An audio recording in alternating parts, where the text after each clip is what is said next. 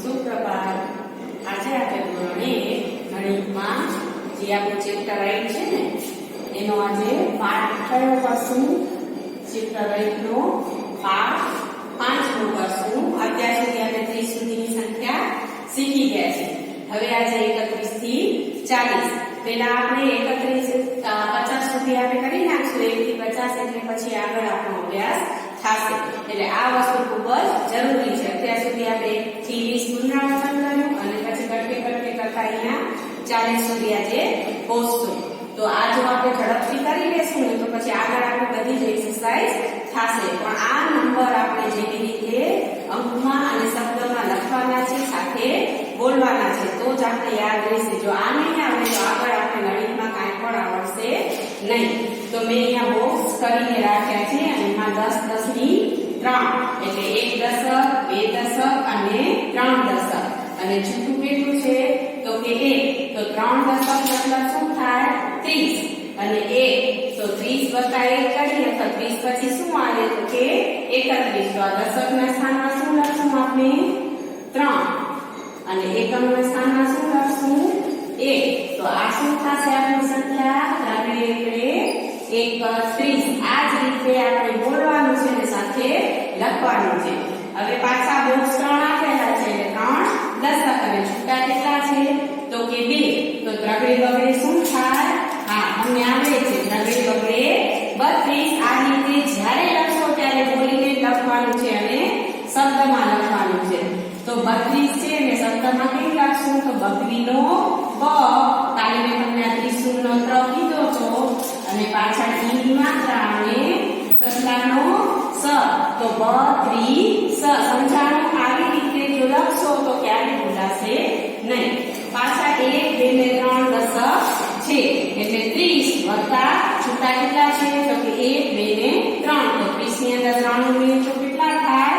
હા, 33. આમ તો તમે બોલી જશો 31 32 33 જ્યારે લખવાનું અથવા જ્યારે આપણે કહેવામાં આવે કે 33 કેમ થાય ત્યારે આપણે વિચાર થાય છે. એટલે ખાસ યાદ રાખવાનું છે આ રીતે લખવાનું છે આપણે. તો 33 સમજાણું? હવે એવી જ રીતે છે 3 દશક એટલે કે 30 અને છૂટા કેટલા છે 1 2 3 4. તો કેટલા થશે આમાં? હા, કેટલા થશે? 34. તો એને શબ્દમાં કેમ લખશું? ચકલીનો ચ ઉપર ઓની માત્રા અને પાછળ 34. હવે વળી પાછા આપણા કેટલા બોક્સ છે તો કે 3 છે. 1 2 ને 3 એટલે 3 દશક અને છૂટા કેટલા છે 1 2 3 4 ને 5. તો કેટલા થશે આપણી સંખ્યા? યસ, 35. તો 35 ને કેમ લખશું આપણે? હા, પતંગનો પ થી ચાંદ કરશું ને આની માત્રા લગાવશું ને પાછળ તો 30 આવશે. તો 31 32 33 34 અને 35. તો 35 સુધીના થઈ ગયા.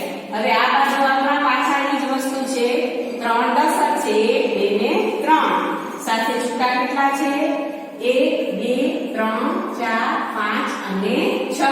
તો 30 ની અંદર 6 ઉમેરીએ તો કેટલા થાય? હા, 36. હવે એકમ દશક પાછળ તમને રિવાઇઝ કરાવી દઉં કે આ 6 છે એ શું છે? એકમ છે અને આ 3 છે એ શું છે? દશક છે. તો 30 ની અંદર 6 ઉમેરીને ત્યારે 36 થાય. તો ત્રગડે છગડે 36. હવે એને લખવાનું કેવી રીતે છે? તો છગડાનો 6 ને પાછળ આપણે જેમ 30 લખીએ છીએ એ જ રીતે. જો આમ વસ્તુ યાદ રાખશો ને તો ક્યારે ભૂલાશે નહીં. પાછા 3 દશક એટલે કે 30 અને 1 2 3 4 5 અને 7. તો 30 ની અંદર 7 ઉમેરીએ તો કેટલા થાય? જી, 37. તો 37 ને કેમ લખશું? 37. યાદ રાખજો બોલવામાં 37 બોલીએ છીએ અને લખીએ 37 છીએ. પછી 3 દશક અને 8 છૂટા એટલે કેટલા થશે? ત્રગડે આટલે 38. સમજાણું? જે રીતે 37 લખ્યા છે એવી જ રીતે શું લખશું આપણે? 38. પાછા 3 દશક 1 2 ને 3 એટલે 30 અને આ કેટલા છે છૂટા? 1 2 3 4 5 6 7 8 ને 9. તો એકમમાં છે 9, દશકમાં છે 30, તો 30 ને 9 કેટલા થશે? 39. કેમ થશે?